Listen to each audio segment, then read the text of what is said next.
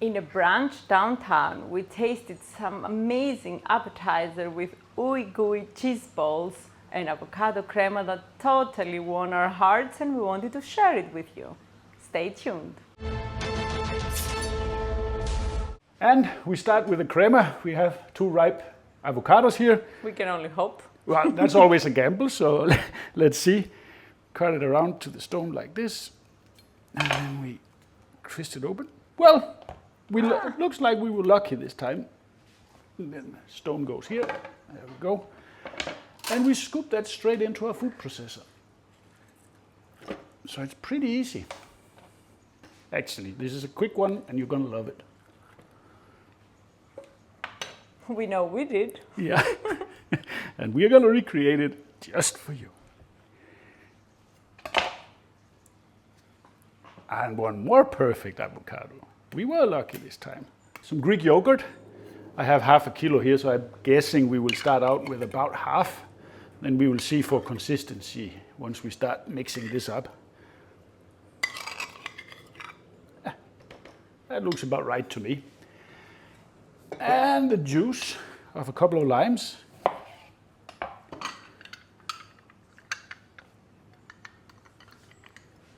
Yeah, you need the freshness and the aroma. Yeah, that's the. I love limes in this. Avocado crema basically is based on guacamole. That's sort of the flavor profile here.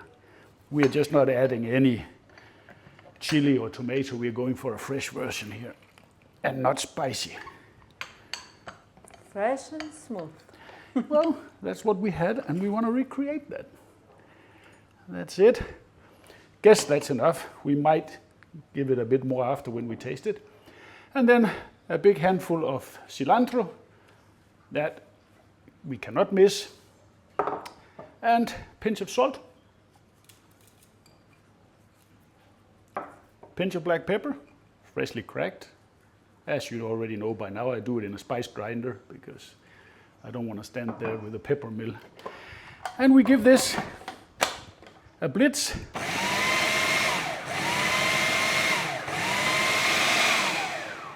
think it looks like we have the right consistency here.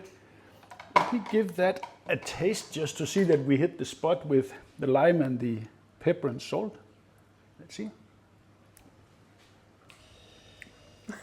Good? Spot on. It doesn't need anything. It's super fresh and really tasty. So now we want to scoop this out and put it in the fridge while we move on.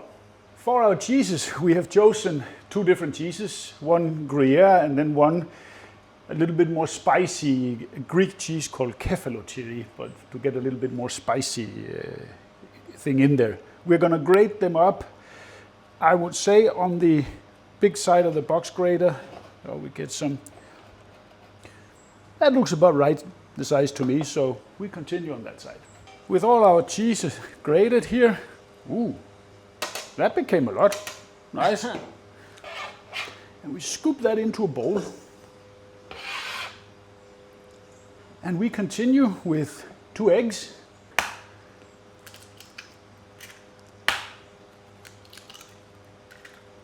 There we go. Give that a good whisk.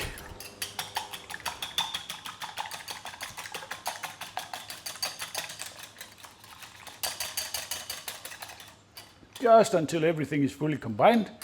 And we dump that over our cheese.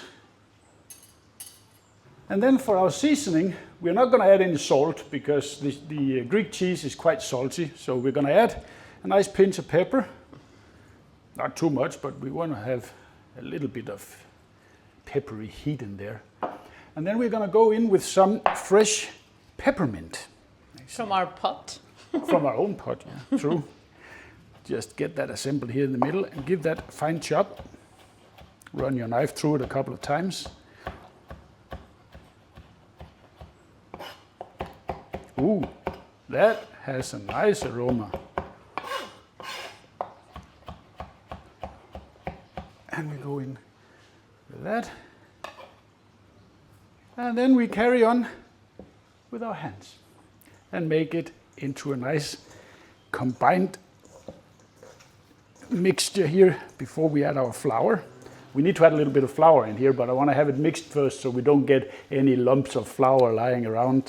So mix it up a little bit here, and then we go in with 3/3 of a cup. Now we're going a little bit by volume. 2/3. 2/3. No, 3/3 it would be a cup. 3/3. Okay, I'm losing it. Nothing to say about that. It's the age. It's the old age, yeah. And we mix that in until we have a nice coherent dough. Takes a minute or two. And now we have to shape them into nice little balls. And we take a little bit here. Don't make them too big. You want to make the crunchy outside with the gooey inside, but you don't want to have this big blobber of cheese popping out. So something like that, small ping pong ball. That's what we're going for here. So now we're going to shape all of these. I think we're going to make quite many actually. Nice. It's going We to can be. enjoy them. That's for sure. There we have them. Came quite many. I haven't even counted them, but this is going to be a nice appetizer, if not meal almost. So we have our breading station set up traditionally as always, all-purpose flour, 2 beaten eggs, and then we're using panko breadcrumbs for this. So some of our cheese balls here into the flour. And give them a toss around. You could do this with 2 forks if you don't like to get your fingers dirty, but I don't really care. So into the egg, toss around. Breadcrumbs. They're gonna look so good when they're finished. Make They sure look they're cute already. yeah, make sure they're covered all over. And there you have it. Put them here, and we continue with the next ones here. And I'll see you when I'm finished. So now it's time to fry some balls, but we put them in the fridge for like 15 minutes while the oil was heating up so that the surface sets a little bit so that it really sticks. You don't want the breadcrumbs to fall off when you dump it in the fryer, and that is a little trick with the fridge there. I'm going to use a spoon to carefully dump them in here, some of them, because I don't want to run down the oil temperature too much, so I'm thinking, I don't know, half of them maybe. And into the fryer. The oil is running at 180 degrees, and obviously you don't need a deep fat fryer. You can do this in a pot half filled with sunflower oil and then just heat it up there on medium flame. But I like to use my deep fat fryer. You love your gadgets. That is so very true. But they need to go here for probably 4 or 5 minutes. Yeah, 4 or 5 I would say. 4 or 5, yeah. Yeah, because we want the inside to be properly melted and gooey. I think that does it. Let's For have now. a look here. Yeah. They look good, They huh? look cute. Yeah. So 4 or 5 minutes, then they will be golden brown, gooey on the inside, and then we dump them out on some paper. There they are, golden brown beauties floating to the top. So now we just want to hang them here, let them drip a little bit before we take them out, but they're damn beautiful. They look like tempura style. And they do actually, but that's the panko breadcrumbs. That's why I wanted panko and not regular breadcrumbs. If you want a smooth surface, then use regular breadcrumbs or just flour, but I think the panko... with the flour will be just totally smooth. Yeah, but the panko, they add a nice look to these, I think. Roughness. Yeah, exactly. And anyway, I love tempura, so. There we are. Ooh. They are looking real fine. And they sound very crunchy. They are very crunchy, I can tell you. So, what do you say? Shall we plate these up so we can give it a shot? Definitely. Perfect. This is our nice spread. It looks impressive and it's so easy to do. You lay down a bit of the avocado crema, put cheese balls on top, and then we have some folded salami and half a slice of sour apple on top. And do not forget our pepper jam, which gives a nice touch to this one. So that gives a beautiful presentation for you.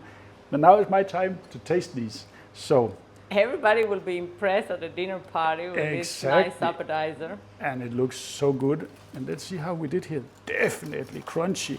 Ooh. Oh my God, they're perfect. A little bit of the apple. Oops, a little bit of the salami here. Ooh, that's a beautiful, beautiful bite right there. Crunchy cheese ball, salami, apple, pepper jam.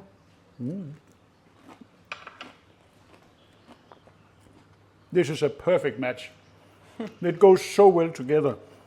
You get the freshness from the crema and the cheese, the gooey cheese on the inside there, and just offset the fattiness there with a little bit of sour apple. That gives a perfect bite. You should give this a shot.